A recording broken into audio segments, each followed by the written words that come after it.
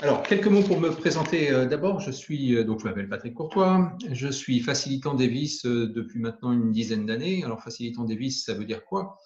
Eh bien, en fait, il y a à peu près un peu plus de 10 ans maintenant, on m'a demandé d'aider un enfant dyslexique. Alors, déjà, quand j'ai entendu ce mot-là, j'ai regardé la personne avec des gros yeux en disant, mais qu'est-ce que c'est que dyslexique? Et du coup, j'ai été voir quand même cet enfant et je me disais, bon, avec la formation que j'ai, avec le bagage que j'ai, ça devrait être assez facile de l'aider. C'était pour faire des maths. Et puis, j'ai vite déchanté parce que tout ce que j'ai pu essayer, qui avait bien marché avec d'autres enfants, avec cet enfant-là, tout a échoué, quoi. Donc, je me suis posé des questions. Je me suis dit, bon, il ne doit pas être idiot. J'ai refusé de croire que c'était de sa faute, entre guillemets, s'il n'y arrivait pas.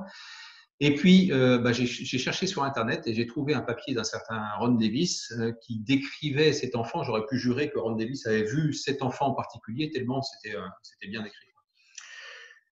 Et puis, le fait est qu'il y a une formation qui commençait 2 ou 3 mois après. Et donc, j'y suis allé. Et puis, depuis, je suis tombé dedans. Et quand je vois les résultats que l'on peut avoir avec des outils qui finalement sont relativement simples, voilà, c'est maintenant mon travail principal, quoi.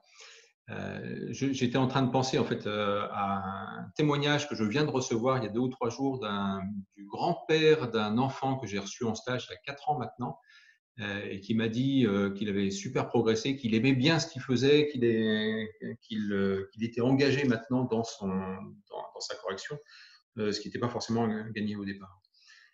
Donc, voilà, tout ça, ça fait des encouragements à continuer. Alors, Davis, on s'occupe principalement de quoi? De correction de la dyslexie. Donc, c'est une des branches. On s'occupe de dyscalculie aussi, donc difficulté avec les maths. On s'occupe aussi de troubles de l'attention, donc l'hyperactivité ou l'hypoactivité, qui est un peu l'inverse.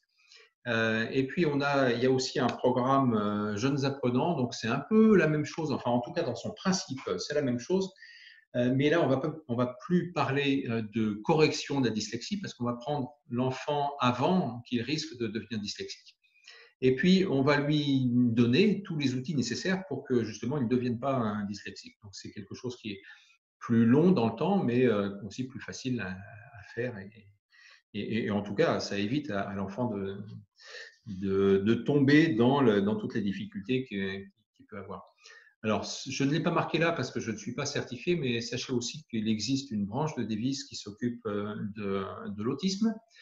Donc, on peut faire des choses extraordinaires avec l'autisme. Je sais qu'il y a là qui nous écoute et qui nous regarde, il y a quelques facilitantes de l'autisme. Donc, peut-être si vous avez des questions tout à l'heure, vous pourrez leur poser. Mais ce n'est pas le sujet de cette présentation. Dernier volet, je suis aussi formateur Davis. Donc, si vous avez des questions sur la formation Davis, donc pour devenir facilitant, appelez-moi, ça fait partie aussi de mon travail. Alors, j'ai intitulé cette présentation Est-ce qu'on peut lire sans déchiffrer? C'était un peu un titre incisif, hein, j'ai fait un peu exprès.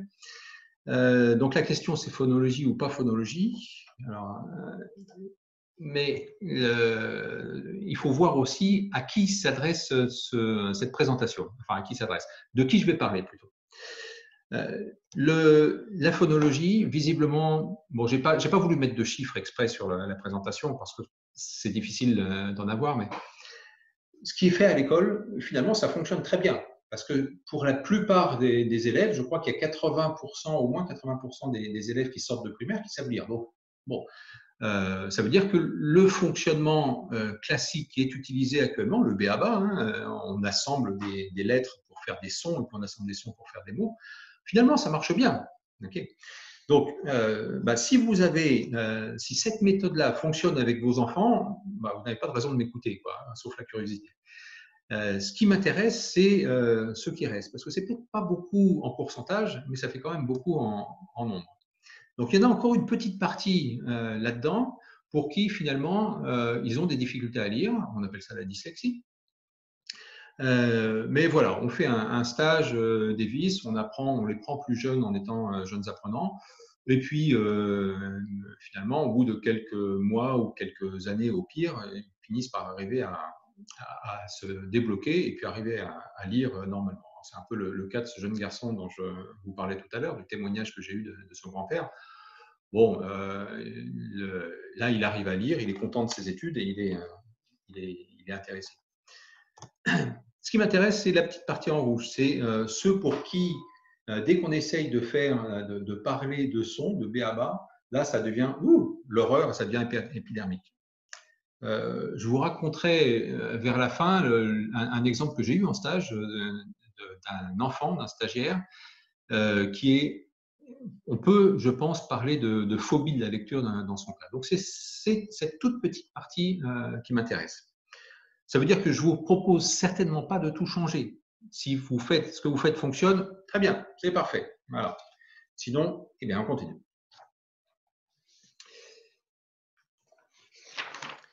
Alors, très bref historique de l'écriture et dans l'être humain, parce que l'écriture, finalement, ça fait pas si longtemps que ça qu'on fait ça au niveau de l'humain. Le langage oral, alors évidemment, c'est difficile de préciser parce que forcément, il n'y avait personne pour nous dire, pour nous raconter comme c'était à cette époque-là, mais on estime que ça a au moins 150 000 ans, peut-être 250 000, peut-être plus. Après, ce sont des conjectures. En tout cas, ça veut dire que génétiquement, au niveau de l'évolution, notre cerveau a acquis cette capacité d'apprendre à parler normalement. Et sauf exception, sauf des cas qui relèvent là pour le coup de la maladie, de différentes maladies, c'est quasiment impossible d'empêcher un enfant d'apprendre à parler et d'empêcher un enfant d'apprendre à comprendre. Par contre, pour ce qui concerne la lecture, ça fait guère qu'un peu plus de 5000 ans qu'on écrit. Okay, donc, ça veut dire que notre cerveau humain n'a pas eu le temps de s'adapter pour la lecture. Et selon certaines hypothèses, on va parler un certain nombre de fois dans cette présentation d'un neurologue français qui s'appelle Stanislas Dehaene, qui travaille au Collège de France et qui a des très bonnes présentations. Je vous mettrai le lien sous la vidéo de tout ce qui se passe dans le cerveau, et c'est extrêmement complexe, mais en même temps, c'est extrêmement bien fait. Donc, pour apprendre à lire, eh ben, il faut faire un effort. Ce n'est pas complètement immédiat. Alors, on peut se poser la question, pourquoi est-ce qu'on écrit? Eh ben, à l'origine, on a inventé l'écriture tout simplement pour le commerce, pour noter des troupeaux de moutons, des moutons, pour noter des sacs de blé, pour noter à qui on devait de l'argent, pour noter des transactions. Et les premières transactions commerciales ont été notées sur des tablettes d'argile. Alors là, c'est un exemple qui vient de Mésopotamie. Mésopotamie, pardon, pour vous situer, c'est l'actuel Irak. Et au tout début de l'écriture, c'était plutôt des images qu'on utilisait. Alors, je ne sais pas le décoder, pour être franc, je ne sais pas ce que ça veut dire, mais on peut arriver à reconnaître probablement un arbre, il y a une main, il y a des choses qui ressemblent peut-être à des arbres ou des épis de blé ou des choses comme ça. En tout cas, le langage était assez imagé à ce moment-là. Alors, peut-être que vous allez vous dire au niveau de la dyslexie que c'était mieux d'avoir des images, mais ce n'est pas si évident que ça. On verra plus tard. Et puis petit à petit, ça s'est transformé. Ça c'est quelques centaines d'années après. C'est une langue qu'on appelle le cunéiforme, qui s'écrit toujours sur des tablettes d'argile. Et c'est une des premières langues. Mais pour faire ça, à cette époque-là, bon, il y avait probablement les scribes et les marchands qui savaient lire, mais ça devait être assez limité. Alors très rapidement aussi, l'écriture a évolué parce qu'on n'écrit plus de cette façon-là, on a changé de façon d'écrire. Et petit à petit, c'est passé d'une notion d'un mot ou un signe plutôt pour un mot, pour une notion. Donc ça, c'est le cunéiforme qui a été fait 3300 ans en gros avant Jésus-Christ. Et on se rend compte que pour écrire, il faut beaucoup de signes. Voilà, on estime à 800 signes. J'ai vu d'autres sites internet, honnêtement, qui parlaient de 1500 signes. Donc, en tout cas, c'est plusieurs centaines de signes qu'il faut pour y arriver à écrire. Le cunéiforme avait le langage des Sumériens avait cette capacité, ce critère d'être un mot, un son, un mot. Donc, c'était relativement simple encore d'écrire, de transformer l'écriture, la parole en écriture. Et puis, il y a eu des invasions, comme il se passe souvent dans l'histoire, et un autre peuple, les Acadiens, est arrivé dans le pays de Sumer et a commencé à transformer l'utilisation de cette écriture, pour laquelle il y avait un mot égale un signe, en un mot égale plusieurs signes. Donc, c'est un début d'écriture avec un alphabet comme on connaît actuellement. Alors, c'est un alphabet un peu spécial parce qu'au lieu que ce soit des lettres individuelles, des sons individuels, c'est des phonèmes qui sont représentés. Donc, c'est ce qu'on appelle un syllabaire. Donc, il y a déjà beaucoup moins de signes. Il y a autant de signes que de syllabes, mais il y en a encore 120.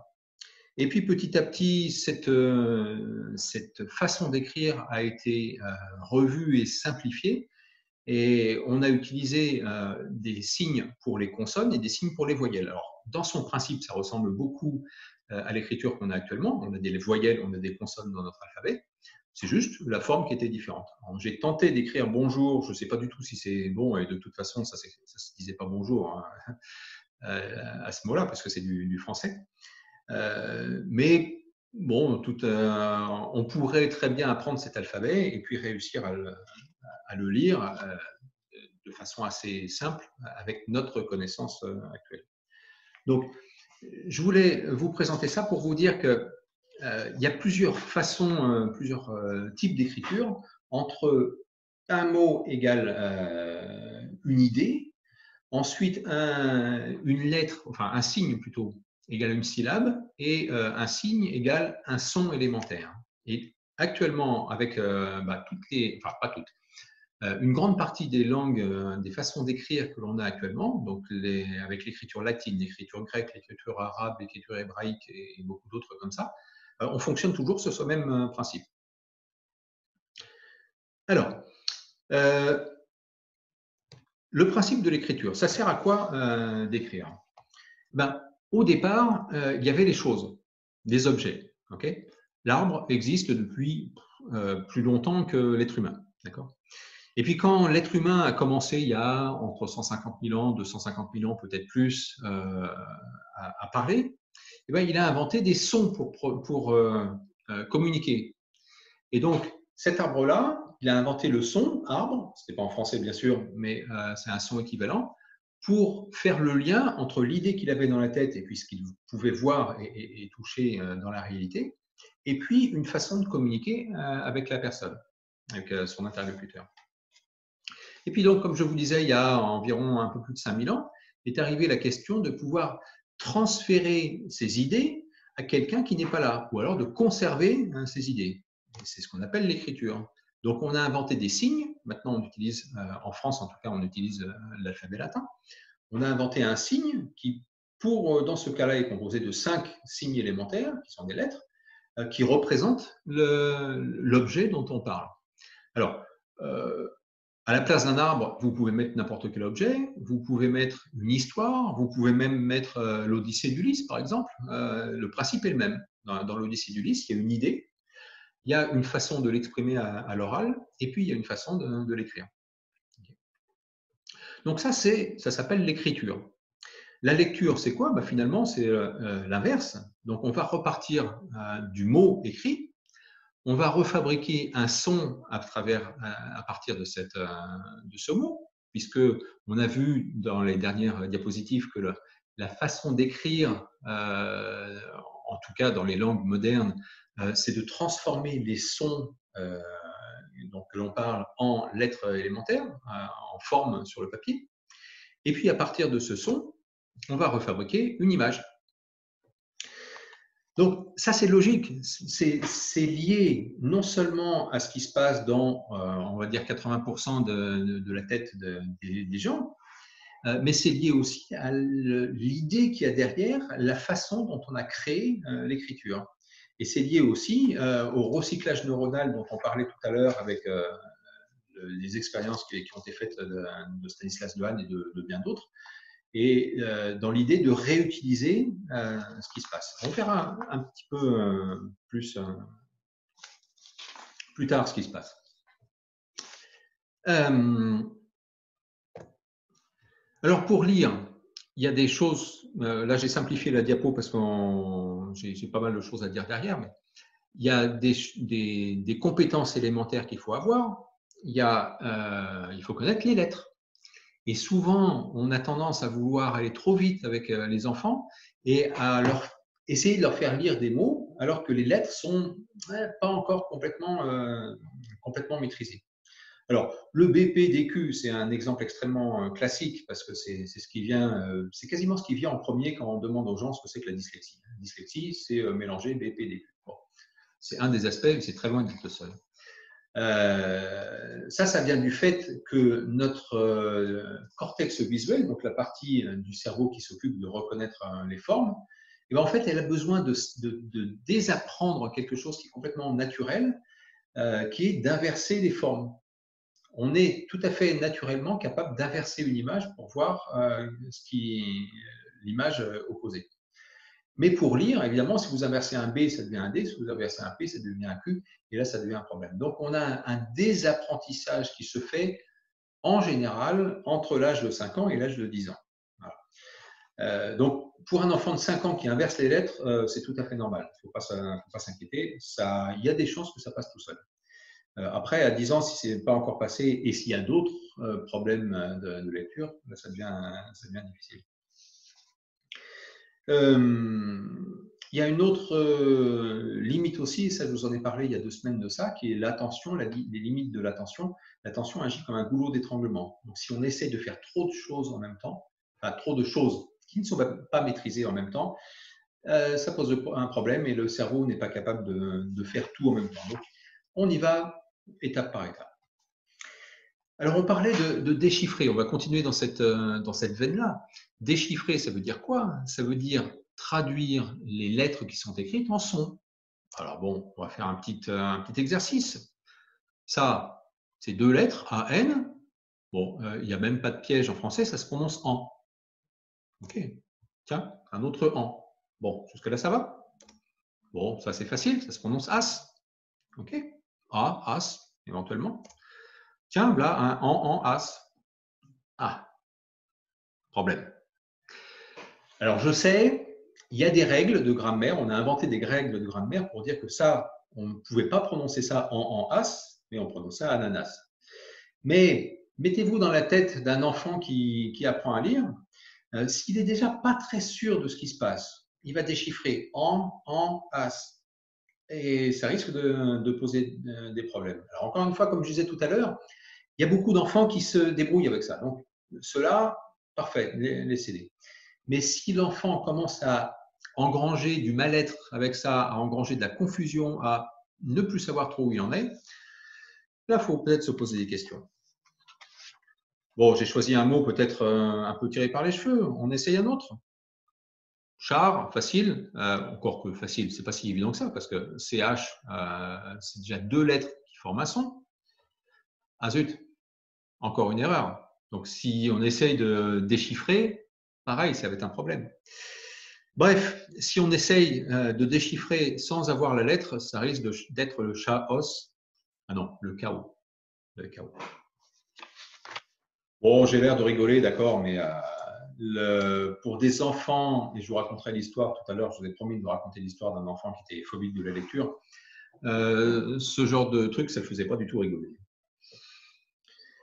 Alors, je disais, il y a plein de choses qui marchent bien, mais comment ça se fait qu'avec toutes les difficultés qu'il peut y avoir en français, comment ça se fait que finalement, on arrive aussi bien que ça à lire? Parce que je vous rappelle que d'après les chiffres, il semblerait qu'il y ait 80% des élèves qui sortent du primaire en sachant lire. C'est super, avec toutes ces difficultés-là. Alors, un petit texte que je vous ai montré il y a 15 jours déjà sur l'attention.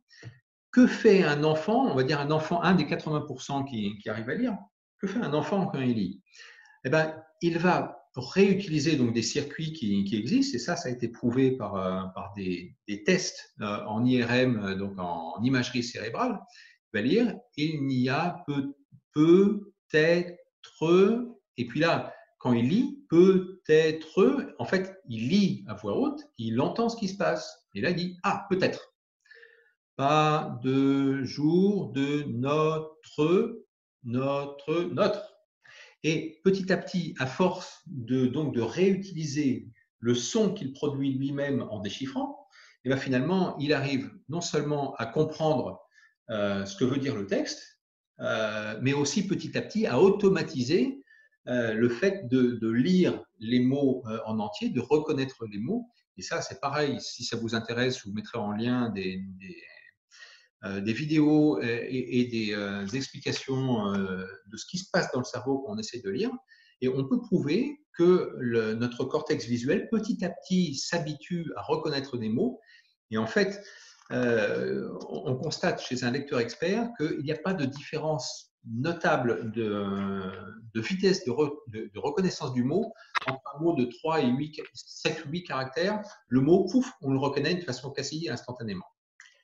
Alors, c'est probablement ça ce qui a donné l'idée de faire de la lecture globale il y a une bonne vingtaine ou trentaine d'années de ça.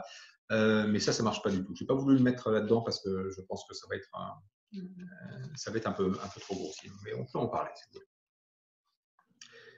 Alors, ça marche bien. C'est les 80% qui fonctionnent bien. Sauf que pour certains, qu'est-ce qui se passe? De toute façon, pour lire, pour écrire, pour comprendre ce qui se passe, on a toujours besoin de ces trois parties. Il y a la signification, donc l'arbre dans cet exemple, il y a la façon de le prononcer, le son que fait le mot, et puis il y a aussi l'orthographe, la façon d'écrire. Mais pour certains, le son a moins d'importance, pas beaucoup d'importance, et par contre, l'image, le vécu a beaucoup plus d'importance que le son. Il y en a dans l'extrême pour qui le son a tellement peu d'importance qu'il y a beaucoup de mots qui, en fait, ne veulent rien dire, parce que ce sont des mots sans image, pas comme arbre, bien sûr, mais comme des mots comme demain, peut-être, toujours. Et on appelle ça des penseurs en images. Et pour des enfants comme ça, il est possible que ça pose des problèmes dans la lecture. Parce que si on essaye de lire en déchiffrant, comme on vient de faire juste avant, et bien en fait, ce qui se passe, c'est qu'on n'a pas accès au son, et du coup, on n'a pas accès au sens. Et pour peu que l'enfant n'arrive pas à comprendre ce qui se passe, n'arrive pas à comprendre la mécanique de la lecture, eh ben, il risque de s'enfermer dans une difficulté de plus en plus grande, de plus en plus forte, et donc de devenir ce qu'on appelle dyslexique. Alors, encore une fois, je ne vous propose pas de tout changer, je vous propose juste, dans ces cas-là, de comprendre ce qui se passe. Si je fais un peu l'image d'une maison, si vous avez perdu les clés de votre maison et que vous essayez d'ouvrir la porte, peut-être qu'au bout d'un moment, il va falloir appeler un serrurier, et peut-être même que si le serrurier n'arrive pas à ouvrir la porte, il va falloir agir de façon un peu plus violente. Mais peut-être aussi que la fenêtre est ouverte. Okay. Et alors, il y a quelqu'un qui a laissé son micro allumé. Je voudrais le fermer, s'il vous plaît. Et donc, là, ce que je vous propose dans cet exemple-là, c'est simplement de considérer que si la porte est bloquée, peut-être qu'il y a une fenêtre qui est ouverte ailleurs.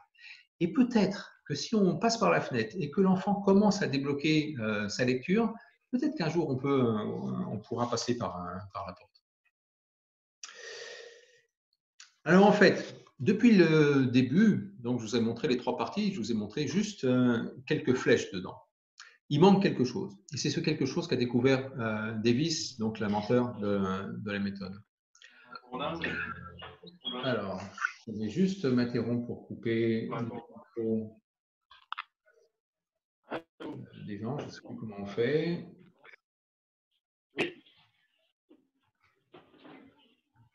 Alors.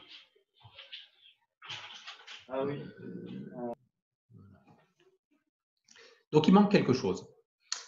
Donc, on a l'objet, on a l'idée, on a ce que l'on veut raconter. On a le mot, on a le lien, on l'a vu, entre l'objet et le mot. Cet objet-là, si je veux en parler à quelqu'un, il va falloir que je prononce arbre. On a vu qu'on a inventé l'écriture et on a inventé une façon d'écrire ce mot, qui est les 5 lettres A, R, B, R, E. Okay.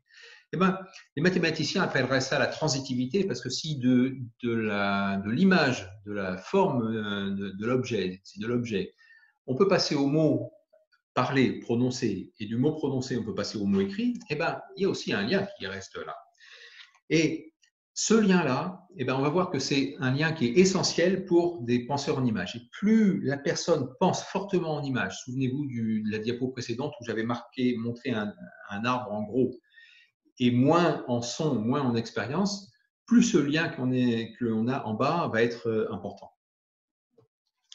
Alors, cette méthode pour créer des images sur des mots, en fait, c'est ce que Ron Davis a appelé la maîtrise des symboles. Je ne veux pas rentrer dans les détails d'abord parce que ça serait trop long à expliquer ici. Il faut savoir que c'est ce que l'on fait principalement dans les stages de correction de la dyslexie.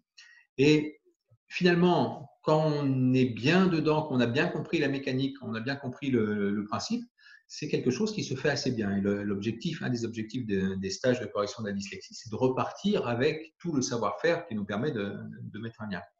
Et du coup, on n'est pas forcément obligé de passer par le déchiffrage du son. Okay, ce n'est pas une obligation.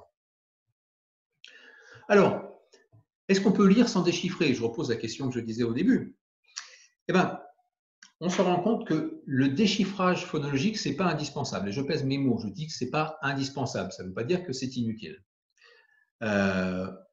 On se rend compte, quand on fait des stages Davis, qu'en fait, l'enfant, sans avoir besoin de faire le AN, en, as, etc., que je vais montrer tout à l'heure, ou le char-isme qui devient charisme, etc., sans faire ça, il est capable de prendre les mots et de fabriquer du sens à partir du mot.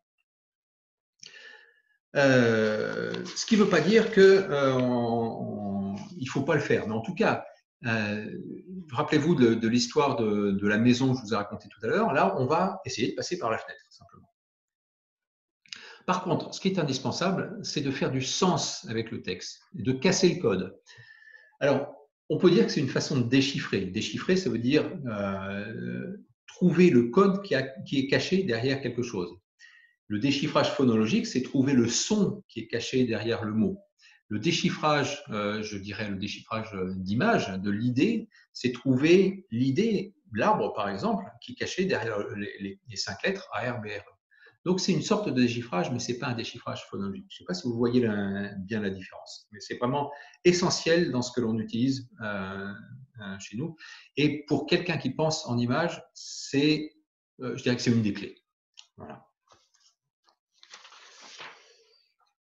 Alors, est-ce que ça veut dire que la phonologie est inutile? Je voudrais remettre, j'ai peut-être l'air d'insister un petit peu, mais surtout pour les 80% pour qui ça marche bien, c'est très utile. C'est utile pour être autonome aussi. Parce que quand on sait déchiffrer un mot, en fait, quand on apprend à lire, si on se replace dans la position d'un enfant qui découvre la lecture et l'écriture, il sait déjà parler. Il connaît déjà quelques milliers de mots, je ne sais pas combien. Donc, ça veut dire que s'il a le code, s'il a la manière de déchiffrer, de comment faire, même AN, en, as, il va très rapidement comprendre que ce n'est pas ce mot-là et que ça veut dire ananas, parce que l'ananas, il le connaît, il l'a déjà vu. Donc, c'est très utile pour être autonome. Mais ça ne suffit pas. Un petit exemple pour illustrer ça. Ce mot-là, est-ce que vous pouvez le déchiffrer? Il y a un H au milieu, il y a quelques Y qui traînent, polydiméthylsiloxane. C'est assez facile finalement, quand on connaît les règles d'assemblage du français, c'est assez facile de le déchiffrer. Mais est-ce que vous savez pour autant ce que ça veut dire? Alors là, je suis embêté parce que du coup, quand je fais une conférence en direct, il y a les gens qui sont en face. Je vais donc supposer que c'est difficile à déchiffrer. Enfin, pardon, c'est difficile de faire une image dessus. En fait, c'est tout simplement du silicone. Enfin, c'est un des produits qui rentre dans la fabrication du silicone. Donc là, je pense que du coup, juste d'avoir expliqué ça, le mot prend, on va dire, un petit peu plus de sens. Mais vous voyez que savoir les règles du français, ce n'est pas forcément suffisant non plus pour faire du sens avec le mot qu'on lit. Bon, en même temps, ce mot-là, on ne l'a pas tous les jours dans la conversation. Et puis les gens qui l'ont tous les jours dans la conversation, c'est des gens qui sont dans la chimie d'une façon ou d'une autre et qui savent parfaitement ce que ça veut dire. Donc le problème ne se pose pas vraiment.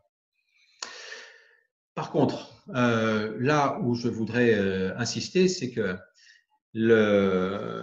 si on fait trop de b.a.-ba, si on essaye trop de rentrer, de faire comprendre à l'enfant, mais si c'est simple, B et A, ça fait bas, et puis C et H, ça fait che, comme dans charisme, par exemple, ou chaos, on risque de le bloquer, et là, on risque de faire des dégâts. Je vous ai promis tout à l'heure une petite histoire d'un stagiaire qui est venu me voir, et au début du stage, pour ceux qui connaissent un petit peu, on commence, pas tout à fait tout de suite, mais très rapidement dans le stage, on va donner un livre à l'enfant pour lui faire lire et apprendre un certain nombre de choses, sans rentrer dans les détails. Donc, bon, la plupart du temps, ça se passe bien. L'enfant prend le livre, lit des passages et puis et découvre ce qu'il y a à découvrir. Et puis, cet enfant-là que j'ai reçu, je lui donne même pas le livre, je lui montre le livre. Et là, j'ai senti, comme le petit bonhomme qui est sur l'écran, là, j'ai senti qu'il se décomposait complètement. Et là, je me suis dit, c'est pas bon, il y a quelque chose qu'il va falloir revoir. Donc, j'ai rangé mon livre et puis j'ai utilisé la méthode Davis, donc de fabriquer des images sur les mots, et j'ai choisi comme liste de mots, une phrase d'un livre pour enfants. Donc, il devait y avoir peut-être une petite dizaine de mots, et on a fait tous les mots en pâte à modeler. Voilà. Chaque mot, un par un, tranquillement. Donc, ça a pris 1 heure et demie de faire tous les mots. Et puis à la fin, j'avais pris la précaution aussi, entre deux, pendant une pause, d'imprimer sur une feuille de papier, sur mon ordinateur, en gros caractères, cette même phrase que j'avais sortie d'un livre. Et je lui ai donné la feuille et je lui ai demandé ce mot-là, est-ce que tu le connais? Bon. Et ce mot-là, tu le connais? Ben oui, forcément, on venait juste de les faire. Et après, je voulais toujours pas lui demander de lire. Je lui ai dit, mais qu'est-ce que tu as dans la tête comme image? Et puis il m'a dit, ben voilà, j'ai ça, ça et ça, qui était en fait le contenu de la phrase, quoi. Il m'avait raconté l'histoire qu'il y avait dans la phrase. Et là, je lui ai dit, tu sais comment on appelle ce que tu viens de faire? Et je lui ai dit, ça s'appelle lire.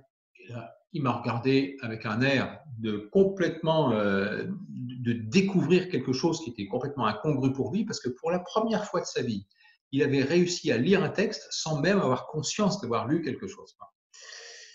Après, on a passé 3 heures à lire la demi-page qui suivait, mais c'était la demi-page la plus rapide qu'il ait jamais lue.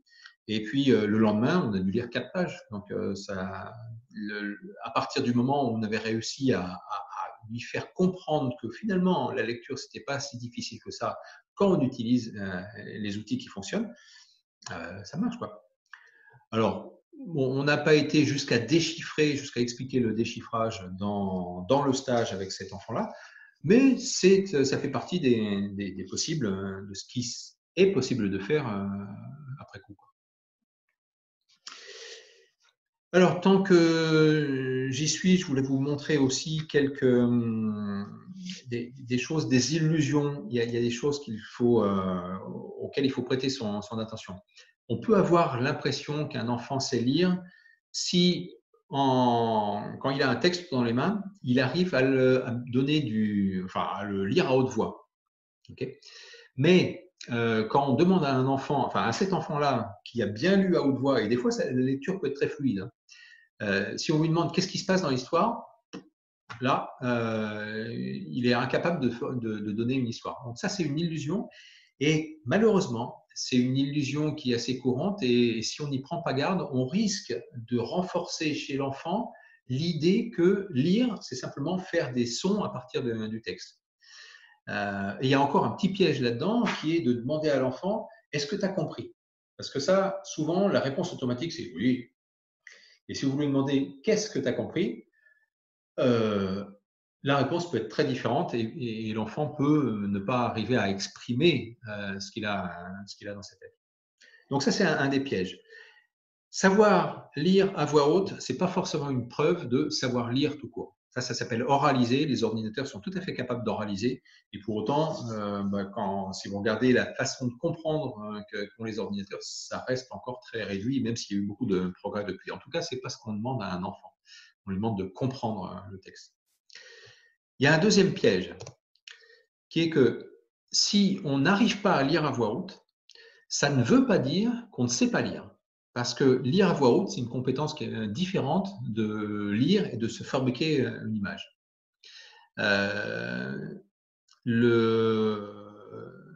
Et donc, il ne faudrait pas non plus donner à l'enfant l'impression qu'il ne sait pas lire parce qu'il n'arrive pas à lire à voix haute. Alors que si vous le questionnez sur le texte et qu'il vous raconte ce qui est le contenu du texte, bah, ça veut dire finalement qu'il a lu. Alors, bien sûr, l'idéal, c'est de faire les trois. Ça, c'est clair. Et c'est une des choses sur lesquelles on insiste beaucoup dans les stages Davis, c'est d'arriver à fabriquer du sens à partir de tous ces mots, de tous ces textes. Et puis, de le lire à voix haute, c'est un plus, mais c'est un plus qui est très, très intéressant aussi pour l'aisance de l'enfant. Et puis, tout simplement pour faire, ne serait-ce que pour faire comme des copains, quoi. Bien. Alors, en résumé, là, je me rends compte que du coup, j'ai été vachement rapide. Donc, c'est bien, il y aura pas mal de temps pour les questions. En bref, quelques conseils que j'ai envie de vous donner pour continuer ça, si vous avez envie, si vous avez des difficultés avec un enfant auquel vous pensez. D'abord, restez zen. Je sais qu'avec nos propres enfants, c'est loin d'être évident. Moi, je préfère confier mes enfants à quelqu'un d'autre plutôt que de m'en occuper moi-même. Mais si on commence à monter dans l'émotionnel avec l'enfant, alors que lui-même a du mal à comprendre ce qui se passe dans sa tête et comment ça se fait que lui, il est en classe ou il est à la maison, il n'arrive pas à lire et le copain qui est à côté ou le frère ou la sœur qui est à côté, on a l'impression qu'il fait la même chose et puis lui, il arrive à lire. C'est très frustrant comme chose. Mais dites-vous bien que ce n'est pas de la faute de l'enfant, c'est que simplement, il n'a pas la clé, il n'a pas l'art et la manière de faire. Bon, ça c'est une chose. Comme disait le poète, il y a le mot et la chose. Le mot et la chose, c'est un poème, vous pourrez le retrouver sur Internet. Ce que je veux dire par là, c'est que j'ai illustré tout à l'heure les différentes parties. Il y a l'objet, il y a l'idée qu'on en a, il y a la façon de le prononcer, et puis il y a l'écriture. Donc il faut bien faire la distinction entre les deux. Il y a la réalité, il y a ce que je vis, et quand je dis chose, c'est pas forcément un arbre ou une table ou une chaise ou autre chose. C'est aussi des idées comme marcher, courir, parler, ça c'est des verbes, mais aussi comme peut-être, comme demain, comme tout un tas de mots abstraits, y compris et surtout tous les petits mots qu'on appelle les mots de liaison. C'est un autre nom actuellement à l'école, mais j'ai oublié le nom, pardonnez-moi. Les mots outils. Les mots outils. Les mots outils, merci. C'est utile d'avoir un souffleur sur la conférence. Donc tous ces mots-là, c'est des mots qui n'ont pas d'image, mais qui pour autant ont un vécu et une expérience. Donc il faut arriver à retrouver cette expérience.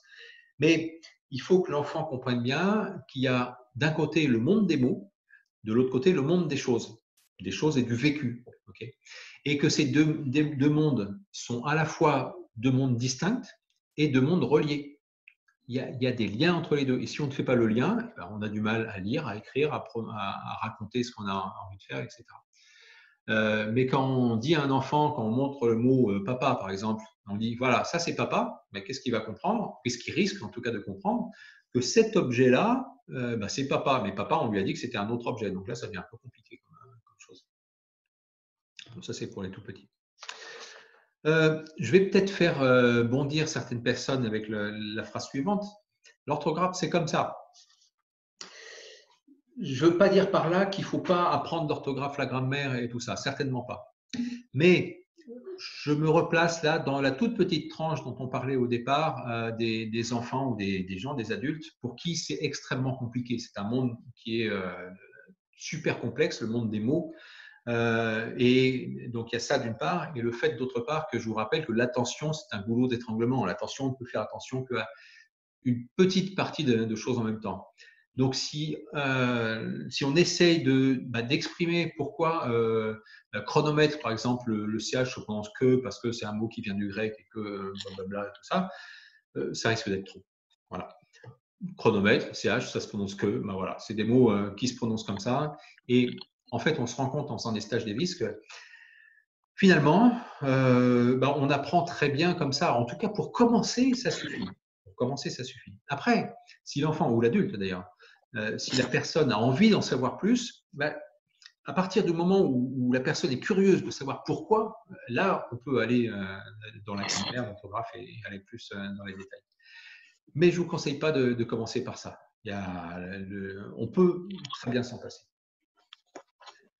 Un autre petit conseil, vous avez les livres de Davis qui sont super bien écrits, super faciles à lire et franchement qui sont des grandes aides et dans lesquels il y a déjà beaucoup d'informations.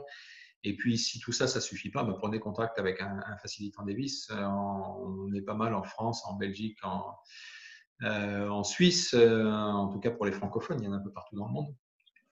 Et on est là aussi pour vous renseigner, ça fait partie de notre boulot. Et puis, un tout dernier petit point, pour les formations, je vous ai dit au départ que je faisais aussi partie de l'équipe de formation Davis. Donc, si vous avez des questions sur comment devenir facilitant Davis, qu'est-ce que c'est, qu'est-ce que ça implique, etc., là, vous pouvez m'appeler et puis je ferai un plaisir de vous renseigner autant que possible là-dessus. Bon, je crois qu'on n'a pas trop perdu de monde en route. Comment ça va pour tout le monde? Alors là, du coup, comment ça se passe? Comment ça se passe? Vous m'entendez? Oui, là, je vous entends. Ah, je ne savais pas. J'ai eu beaucoup de mal à vous rejoindre. J'ai raté toute la conférence, en fait, du coup. Je ne savais pas qu'il fallait télécharger l'application et donc, du coup, voilà, je découvre. Donc, est-ce qu'il y a moyen de la revoir en différé? Oui. La conférence a été enregistrée complètement, donc le temps de la récupérer, puis de la transférer, et puis elle sera visible. Envoyez-moi simplement votre email dans le chat, et puis je vous ferai signe dès que ce sera disponible. On l'envoie comment? Alors, vous avez un bouton de chat converser, voilà, tout en bas de l'écran. Si vous bougez la souris, vous avez un bouton converser. Je suis sur le smartphone, là, moi. Bon, vous pouvez l'envoyer seulement à moi, mais voilà. J'ai l'email. Super, je l'envoie. Est-ce que qui aurait des questions? Qu'est-ce que vous avez des questions? Est-ce que vous avez des choses que vous voudriez approfondir? Patrick, je voudrais juste faire un partage. Une fois, j'ai travaillé avec un homme qui préparait le CAPES et il a déjà raté une fois et donc c'était critique qu'il est. Et il m'a fait la confidence que quand il écrit, il n'écrivait pas le mot, il écrivait l'idée. Eh oui. Alors, ça ressemble effectivement à ce que faisaient les premières personnes des Sumériens qui ont commencé à écrire. Enfin, Sumériens, les Égyptiens aussi. En Indus aussi, on a commencé l'écriture plus ou moins vers les mêmes périodes et en Chine aussi. Hein, et où ils écrivaient, voilà, ils faisaient un dessin d'un mouton, un dessin d'un sac de blé, etc. Donc, mais ces idées-là, c'est bien, sauf que ça suffit pas. Il y a plein de choses qu'on ne peut pas mettre, en tout cas, pas facilement mettre sous forme d'image. C'est pour ça avec la méthode Davis, on insiste beaucoup sur le fait de fabriquer des images sur tous ces mots-là. Mais oui. Et puis j'ai une deuxième remarque, c'est que quand on pense à l'image, souvent on pense très vite, on peut avoir plusieurs images en même temps, ça va extrêmement vite, mais quand on vient dans la lecture, dans les mots, c'est beaucoup plus long et des fois ils ont du mal avec ça. Oui. On pense en images à une vitesse de 30-35 images par seconde. C'est-à-dire que les images, ça peut fuser extrêmement rapidement. Les mots, donc on pense en mots plus ou moins à la vitesse à laquelle on parle. Et si vous écoutez par exemple un match de foot à la radio ou des résultats d'une course hippique en direct à la radio par exemple, il parle extrêmement vite. Et pourtant, c'est 2 mots et demi, 3 mots grand maximum par seconde. Donc, entre 3 mots par seconde et 30 images par seconde, voilà, il y a un grand écart. Et pour quelqu'un, effectivement, je suis d'accord avec Carol Nelson, pour quelqu'un qui pense essentiellement en images, voilà, les mots peuvent s'entrechoquer et pas arriver à sortir la bonne vitesse. Alors, où ça les liens? Je suis en train de regarder le chat en même temps. Les liens, je les mettrai sous la vidéo, donc dès qu'elle sera publiée sur Facebook.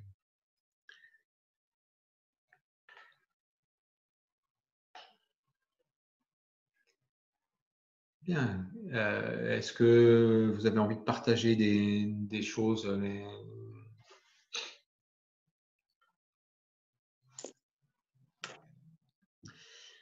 Faut-il être professionnel pour se former à la méthode Davis ou les parents peuvent-ils en bénéficier? Alors, vous pouvez vous former à la méthode Davis. Il y a pas mal d'étapes. Il y a 7 stages à faire, plus pas mal de travail individuel, personnel à faire chez soi.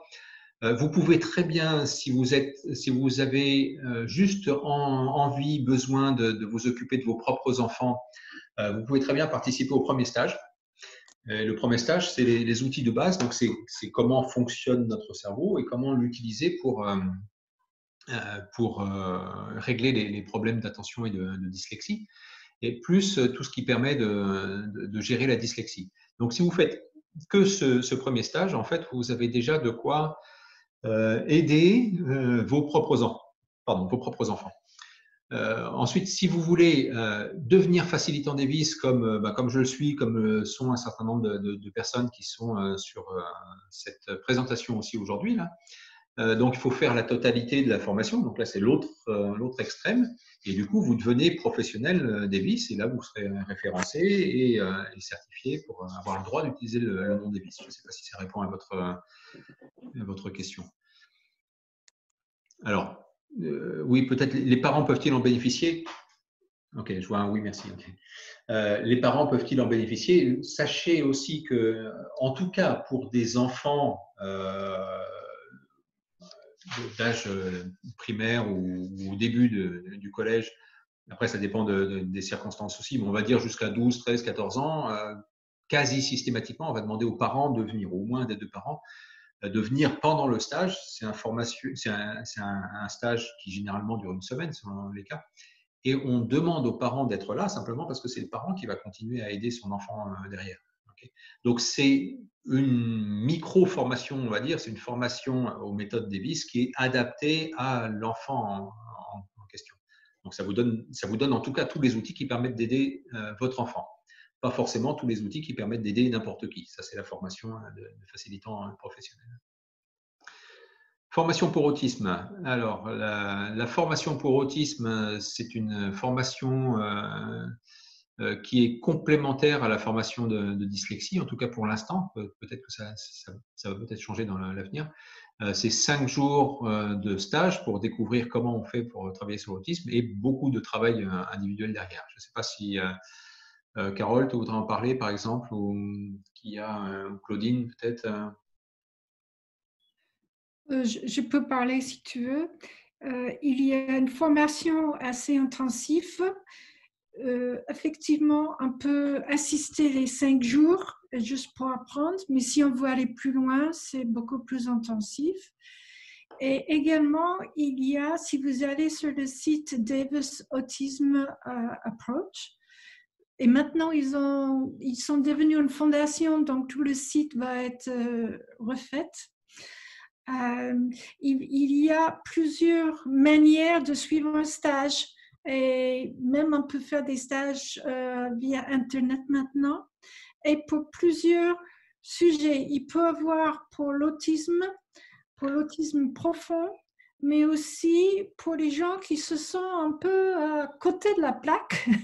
Et donc, ça s'appelle des concepts pour la vie. Et c'est plutôt comme un programme de développement personnel qui est génial. Et ils vont maintenant faire ça pour les enfants aussi. Et donc, il y a des programmes qui peuvent être complètement coachés ou coachés avec les parents. Enfin, donc, il y a des différents formats et ça dépend de la situation familiale. Et peut-être tu peux mettre les liens quand tu vas partager les liens plus tard. Je mettrai les liens sur pour les formations sur l'autisme aussi.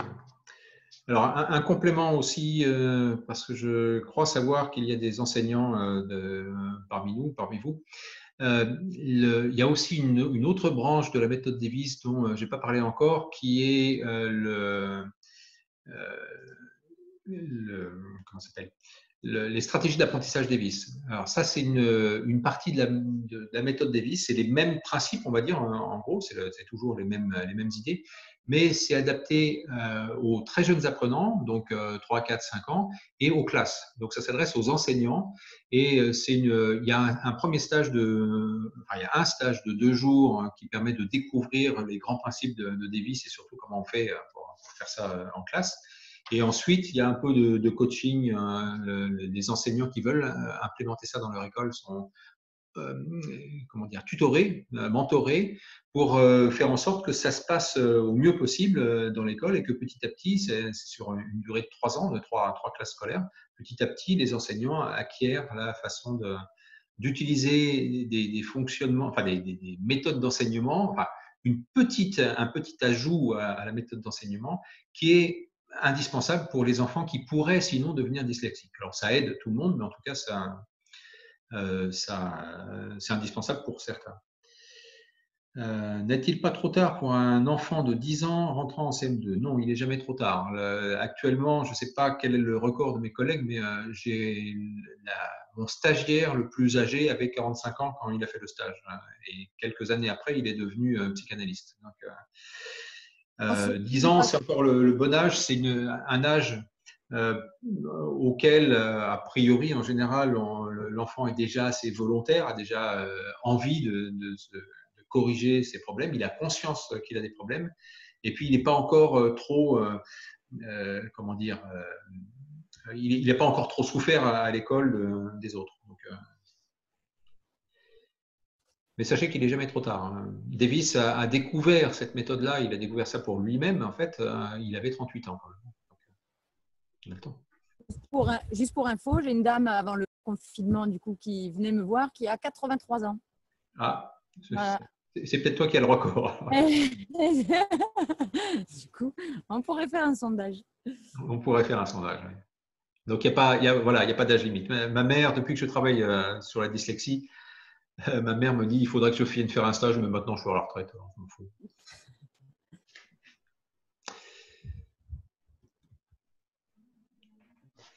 Alors, est-ce que vous avez d'autres questions? En tout cas, je suis ravi de voir tout le monde qui est.